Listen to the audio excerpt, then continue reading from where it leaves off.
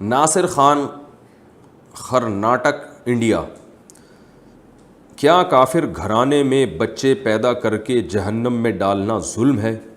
بڑی ٹیکنیکل قسم کا سوال ہے بھائی.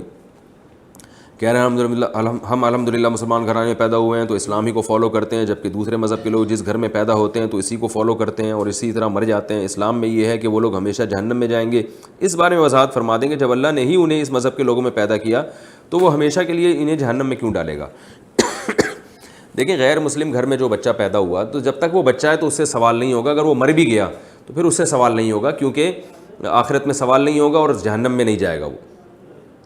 لیکن جب وہ بالغ ہو گیا اور اس میں شعور آ گیا، اس کو اللہ نے مختلف مذاہب کو پرکھنے کا موقع دے دیا، صحیح اور کھرے اور کھوٹے میں فرق کرنے کی اللہ نے اس کو تمیز دے دی، شعور دے دیا، تو پھر اس سے بہرحال آخرت میں سوال ہوگا کہ اس نے اتنے سارے مذاہب تھے اور اتنی ساری تعلیمات تھیں تو ان میں اس نے تحقیق کر کے صحیح راستہ اختیار کیوں نہیں کیا. ایک غیر مسلم کی میرے سے بحث ہوئی، وہ عیسائی تھے، کرسچن تھے. میری ذرا گپ شپ تھی ان سے، تو میں نے ان کو محبت سے اسلام کی دعوت دی. تو انہوں نے مجھ پہ اعتراض کیا. انہوں نے کہا کہ اللہ نے اگر مجھے مسلمان پیدا کرنا تھا تو مسلم گھر میں پیدا کیوں نہیں کیا؟ تو بس اللہ نے مجھے عیسائی گھر میں پیدا کیا تو پھر اس کا مطلب عیسائی میں ٹھیک ہی ہوں. میں نے کہا اچھا پھر ٹھیک ہے، پھر جو ہندو میں پیدا ہوتا ہے وہ پھر ہندو ہو کے ٹھیک ہے. کہہ رہے ہاں وہ ٹھیک ہے. میں نے کہا اس کا مطلب پھر وہ پتھر کے بنے ہوئے بت کی جو عبادت کر رہے ہیں وہ بھی ٹھیک ہے. تو یہاں آ کے وہ چپ ہو گیا. تو ظاہر ہے جب کوئی شخص ہندو گھرانے میں پیدا ہوا ہو، بالغ ہونے کے بعد وہ پتھر سے بنے ہوئے بت کے سامنے جھکتا ہے، تو محض اس بیس پہ کہ میرے ابا اس کے سامنے جھکتے ہیں تو میں بھی جھکوں گا، یہ کوئی دلیل نہیں ہے. اس عیسائی سے میں نے یہ بھی کہا اچھا مجھے ایک بات بتاؤ، اگر اللہ نہ کرے کوئی شخص چور کے گھر میں پیدا ہو جائے تو کیا اس کے لیے چوری الاؤڈ ہوگی؟ حکومت اس کو اس بیس پہ چھوڑ دے گی چونکہ آپ کے ابا بھی چور تھے، اماں بھی چور تھیں، دادا بھی چور تھے، نانا بھی چور تھے، لہٰذا اب آپ نے بھی چوری کر لی تو کوئی سزا نہیں ہے؟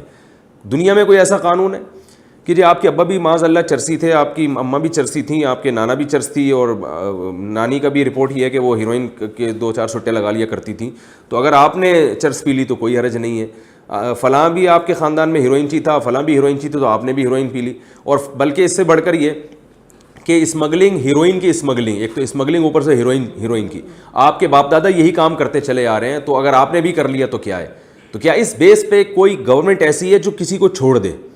ظاہر ہے ایسا ممکن نہیں ہے. تو اسی طرح اللہ بھی نہیں معاف کرے گا کہ جب آپ بالغ ہو گئے، آپ میں شعور ہو گیا، آپ کو اس کھرے اور کھوٹے کا فرق معلوم ہو گیا، تو پھر آپ کو محض اس بیس پہ کہ میرے باپ دادا کیا کرتے تھے، اس بیس پہ آپ کو قیامت کے دن معاف نہیں کیا جائے گا. اس لیے یہ کوئی ظلم نہیں ہے اللہ کی طرف سے. ظلم جب ہوتا جب آپ چھوٹے تھے اور اس وقت جو ہے وہ آپ میں عقل ہے ہی نہیں اور پھر بھی آپ کو اللہ جہنم میں ڈال دے، تو قرآن کہتا ہے اللہ ایسا نہیں کرتا. ولا یظلم ربک احدا، تیرا رب کسی پہ ظلم نہیں کرے گا. اور جب تک آزمائش نہیں ہوگی اس وقت تک اللہ کی طرف سے نہ جنت ہے نہ جہنم ہے. فراز عثمانی صاحب یو پی سے پوچھتے ہیں اللہ کے بارے میں وسوسے آئیں تو کیا کریں؟ میں جب سے دین میں آیا ہوں مجھے وسوسے بہت آتے ہیں، کبھی ایسا فیل ہوتا ہے کہ اللہ ہے ہی نہیں، معاذ اللہ. اس کے بارے میں رہنمائی فرمائیں. دیکھیے، ایک ہوتا ہے انسان کو دلائل کے تانے بانوں سے یقین ہو جائے کہ میں غلط مذہب پر ہوں، وہ تو ظاہر ہے کفر ہے، کیونکہ دلائل جب اس میں غور کریں گے تو اللہ ہی سمجھ میں آئے گا، اللہ کا ہونا ہی سمجھ میں آئے گا، اللہ کا نہ ہونا سمجھ میں نہیں آئے گا. لیکن بعض دفعہ ایسے ہوتا ہے انسان کو دلائل سے یقین ہوتا ہے کہ اللہ ہے، اس کے رسول برحق ہیں، لیکن شیطان نہ خام خمیں انسان کو پریشان کرتا ہے. تو بعض صحابہ کے ساتھ بھی ایسا ہوتا تھا، وہ نبی صلی اللہ علیہ وسلم سے آ کے بتاتے تھے ہم پریشان ہوتے ہیں، ایسے ایسے وسوسے آتے ہیں. تو آپ صلی اللہ علیہ وسلم نے اس کو عین ایمان قرار دیا. عین ایمان اس لیے کہ یہ پریشان ہونا اس کی علامت ہے کہ آپ کا اللہ پر ایمان ہے. تبھی تو آپ پریشان ہو رہے ہیں کہ یار مجھے اللہ کے بارے میں ایسے سوالات کیوں آ رہے ہیں. کیونکہ اگر آپ کا واقعی اللہ پہ ایمان نہ ہوتا، اگر آپ کا یقین ہوتا کہ اللہ نہیں ہے، پھر آپ پریشان نہیں ہوتے، آپ خوش ہوتے، آپ کہتے ہیں ہے بھی نہیں اور مجھے وسوسے بھی یہی آ رہے ہیں کہ نہیں ہے. تو یہ پریشان ہونا اس کی علامت ہے کہ آپ کو اللہ کے وجود کا یقین ہے. کیونکہ پریشان انسان اس چیز پہ ہوتا ہے جس کو اس کو یہ خطرہ ہوتا ہے کہ مجھے نقصان ہوگا، اور آپ کو یہ خطرہ لگ رہا ہے کہ کہیں اس کی وجہ سے اللہ مجھے جہنم میں نہ ڈال دے. تو اس کا مطلب آپ کو اللہ کا بھی یقین، جہنم کا بھی یقین ہے. تو اب جو یہ وسوسے آ رہے ہیں ان کا علاج یہ ہے کہ ان کو لفٹ کرانا چھوڑ دیں. آپ جتنا سوچیں گے نا، شیطان کو جتنا فری کرائیں گے آپ، شیطان اتنا فری ہوگا. تو یہ وسوسے انہی کو آتے ہیں جو شیطان کو فری کرا رہے ہوتے ہیں، اس کے بارے میں سوچ رہے ہوتے ہیں، اس کو جھٹک رہے ہوتے ہیں. تو جتنا جھٹکیں گے اتنا ہی آئیں گے. تو دماغ کو آپ فریش رکھیں، مصروف رکھیں اپنے آپ کو. وسوسے آ رہے ہیں آنے دیں، نہ بھگانے کی کوشش کریں ان کو، نہ لانے کی کوشش کریں. آ رہے ہیں تو پریشان بھی نہ ہو، بولے آنے دے. کیا شیطان کو بول دیا جتنا تو مجھے وسوسے میں ڈالنا ڈال دے، میں کوئی ایمان سے پیچھے ہٹنے والا آدمی نہیں ہوں. تو یہ کہہ کر جو ہے نا وہ اعوذ باللہ من الشیطان الرجیم بھی پڑھ لیا کریں اور اپنے آپ کو مصروف رکھیں تو یہ خود بخود غائب ہو جائیں گے. میں اکثر اس موقع پر ایک مثال دیتا ہوں کہ ایک جعلی پیر تھا, وہ بڑے مہنگا جو ہے نا وہ تعویذ دیا کرتا تھا. اس نے کسی کو تعویذ دیا کہ بھئی یہ 1,00,000 روپے کا تعویذ ہے اور اس کی شرط یہ ہے کہ یہ تعویذ جب تم گھر میں لے کے کمرے میں داخل ہو نا اپنے, تو کالے کتے کا تصور دماغ میں نہیں ہونا چاہیے. اور وہ بیچارہ گنوار دیہاتی آدمی وہ تعویذ لے کے جا رہا ہے اور سوچ رہا ہے یار کالے کتے کا تصور دماغ میں نہیں ہونا چاہیے, کیونکہ اگر دماغ میں کالا کتا آ گیا تو تعویذ اثر نہیں کرے گا. اب وہ دماغ سے اس کتے کو نکال رہے ہیں. اب ظاہر ہے کتے کو تو کسی بھی چیز کو دماغ سے نکالیں گے تو وہ اور گھسے گی. اب وہ بار بار کتا اس کے دماغ میں گھس رہا ہے, پھر وہ کہہ رہا ہے یار کتے کو نکالو دماغ میں, پھر کالا کتا آ رہا ہے.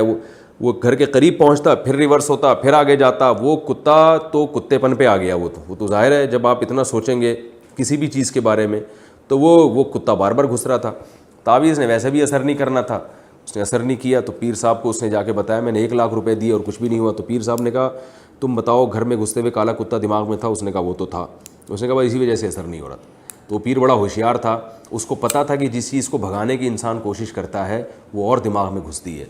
تو آپ جتنا ان وسوسوں کو زبردستی بھگانے کی کوشش کریں گے یہ اتنا اور آئیں گے.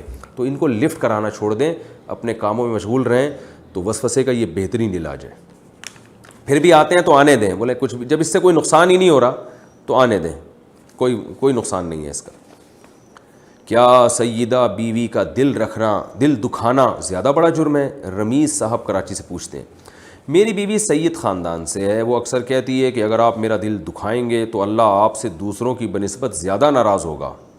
کیا واقعی یہ درست ہے؟ بھائی جو سید ہیں نبی صلی اللہ علیہ وسلم کی اولاد میں ہیں, ان کا حق ہے کہ ان کا احترام کیا جائے, لیکن اس میں بھی غلو کرنا, اب شریعت میں تو حکم ہے کہ بیوی شوہر کی اطاعت کرے, تو شوہر کو چاہیے کہ سید بیوی ہے اس کا تھوڑا خیال کرے. اتنا تو بنتا ہے کہ بھئی نبی صلی اللہ علیہ وسلم کی اولاد میں ہے. لیکن اگر کوئی جائز ڈانٹ ہے, جائز تنبیہ ہے, وہ تو کرنی پڑے گی نا, کیونکہ گھر چلانے کے لیے بیوی کو بہرحال شوہر کا تابع رہنا پڑے گا, چاہے وہ سید ہو یا غیر سید ہو. تو اگر آپ کوئی ظلم زیادتی کر رہے ہیں بیوی کے اوپر تو یقیناً یہ ظلم زیادتی کرنا غلط ہے. اور اس میں اگر یہ سید ہے تو یہ اور بھی زیادہ غلط ہے. نبی صلی اللہ علیہ وسلم کی اولاد کا آپ کو خیال کرنا چاہیے. اور اگر ظلم زیادتی نہیں کر رہے, جائز کاموں پہ تنبیہ کر رہے ہیں تو یہ بالکل جائز ہے, کیونکہ بہرحال اللہ تعالیٰ نے شوہر کو ایک درجہ بیوی سے اوپر دیا ہے. بیوی کو چاہیے کہ وہ شوہر کی اطاعت کرے, اور اگر جائز چیز پہ شوہر بیوی کو تنبیہ کر رہا ہے تو پھر بیوی کے لیے یہ تانا کہ میں سید ہوں مجھے کیوں سمجھا رہے ہو, یہ غلط ہے. ہاں اگر ناجائز کر رہا ہے شوہر تو پھر بیگم یہ کہہ سکتی ہے کہ آپ اگر میرے ساتھ ناجائز کر رہے ہیں, مجھے غلط یعنی تنبیہ کر رہے ہیں اور بلا وجہ ڈانٹ رہے ہیں, تو آپ کو خیال کرنا چاہیے میں نبی صلی اللہ علیہ وسلم کی اولاد میں ہوں. تو پھر یقیناً یہ بات درست ہوگی, اور واقعی آپ کے شوہر کو, یعنی یہ مسئلہ تو شوہر نے ہی پوچھا ہے, تو شوہر صاحب کو چاہیے کہ بیگم کا تھوڑا سا زیادہ خیال کر لیا کریں.